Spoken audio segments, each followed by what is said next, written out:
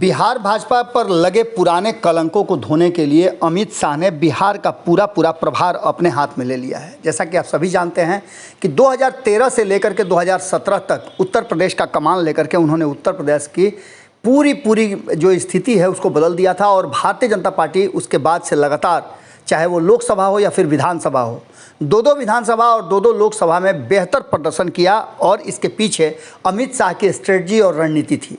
एक बार फिर से अमित शाह बिहार पर फोकस कर लिए हैं और बिहार को लेकर के उन्होंने जो स्ट्रेटजी बनाई है उसमें सबसे महत्वपूर्ण स्ट्रेटजी है कि अब भारतीय जनता पार्टी अपना मुख्यमंत्री चेहरा सामने करके चुनाव लड़ेगी और रणनीति बनाएगी। जैसा कि आप सभी जानते हैं कि नीतीश कुमार पर हमलावर अमित शाह ने अब नीतीश कुमार को छोड़ करके, जिनके बैसाखी पर लगातार बिहार की सत्ता में काबिज हो रही थी, अब उसे कहीं ना कहीं पीछे छोड़ दिया है। अमित शाह ने स्पष्ट किया है, कोर कमेटी की बैठक जब कल रात में हुई, उस बैठक में उन्होंने चेहरा कौन होगा इस पर भी गंभीर मंथन किया। गहन मंथन के बाद क्या कुछ किया जाएगा, उन्होंने साफ तरीके से कहा है कि जिस तरह से प्रधानमंत्री का नाम सामने रख के हम लोकसभा का चुनाव लड़ते हैं, बिल्कुल उसी तरह से अब बिहार में मुख्यमंत्री का चेहरा सामने करके चुनाव लड़ेगी भारतीय जनता पार्टी। चेहरे को लेकर के कई नामों पर मंथन हुआ, जिसमें से भाजपा के वर्तमान सदस्यों के साथ साथ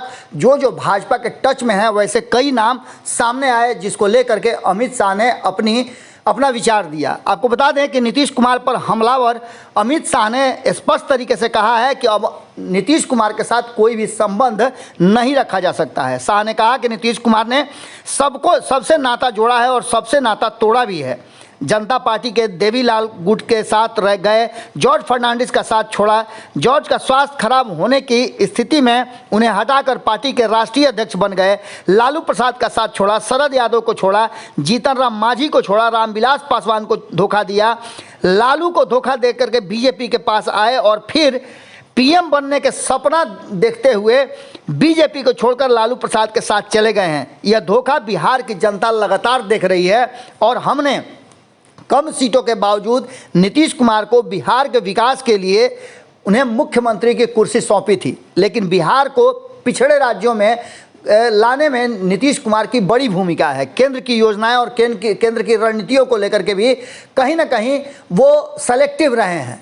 अपनी 7 निश्चय योजना जो कि लूट का अड्डा बन गया है, उसको लेकर के नीतीश कुमार ने केंद्रीय योजनाओं को लागू नहीं होने दिया। इन सारी बातों को लेकर के अमित शाह हमलावर थे और उन्होंने कहा कि बिहार में जंगल राज का खतरा एक बार फिर से बढ़ गया है और इस बार नीतीश कुमार उसके पोषक हो गए हैं। इन सारी बातों को लेकर के पूर्णिया की रैली में हुंकार भरते हुए जो लोकसभा के चुनाव की तैयारियां हैं उसका आगाज़ बिहार से करते हुए अमित शाह ने बिहार को विकास के तरफ ले जाने के लिए अब पूरी स्ट्रेटजी बनाई है और आज उसका खुलासा करेंगे। साफ तरीके से उन्होंने कहा कि जो राष्ट्रीय जनता दल ये बात कह रहा है कि नीतीश कुमार को आश्रम जाना चाहिए, वो बिल्कुल सही कह रहा है और नीतीश कुमार की राजनीतिक हैसियत जो है वो समाप्त हो चुकी है। शाह ने स्पष्ट किया है कि बिहार में सीएम का चेहरा कौन होगा भारतीय जनता पार्टी का, वो हम क्लियर करेंगे। हम आपको लगातार पहले से भी बताते आ रहे हैं कि भारतीय जनता पार्टी पिछले कई वर्षों से इस बात के इंतजार में थी कि नीतीश कुमार को साइड करके वो राष्ट्रीय जनता दल और तेजस्वी यादव के सामने सीधी लड़ाई में आ जाए, जिससे कि उसका अपना अस्तित्व कायम हो सके और बिहार में सत्ता में अपने दम पर कायम हो सके। वो कई नाम हैं, जिनमें से एक नाम फाइनल होने वाला है और आज शाम तक मुख्यमंत्री बिहार का कौन होगा वो नाम अमित शाह फाइनल करने वाले हैं। जुड़े रहिए भारत लाइव के साथ। बहुत बहुत धन्यवाद। अगर ये वीडियो पसंद आई और वह बिहार के राजनीति और बिहारियत से सरोकार रखेनी तो सब्सक्राइब बटन दबा के चैनल के सब्सक्राइब कर ली। ओजे एगो घंटी बा, ओकरा बटन दबा देला से कुल सटीक और मारक खबर रुआ मुफ्त में मिल जाई। अगर रुआ पत्रकारिता के हमनी के नया प्रयोग में सहयोग कर चाहतानी तो ज्वाइन बटन दबा दी। पेटीएम नंबर नोट कर ली 938681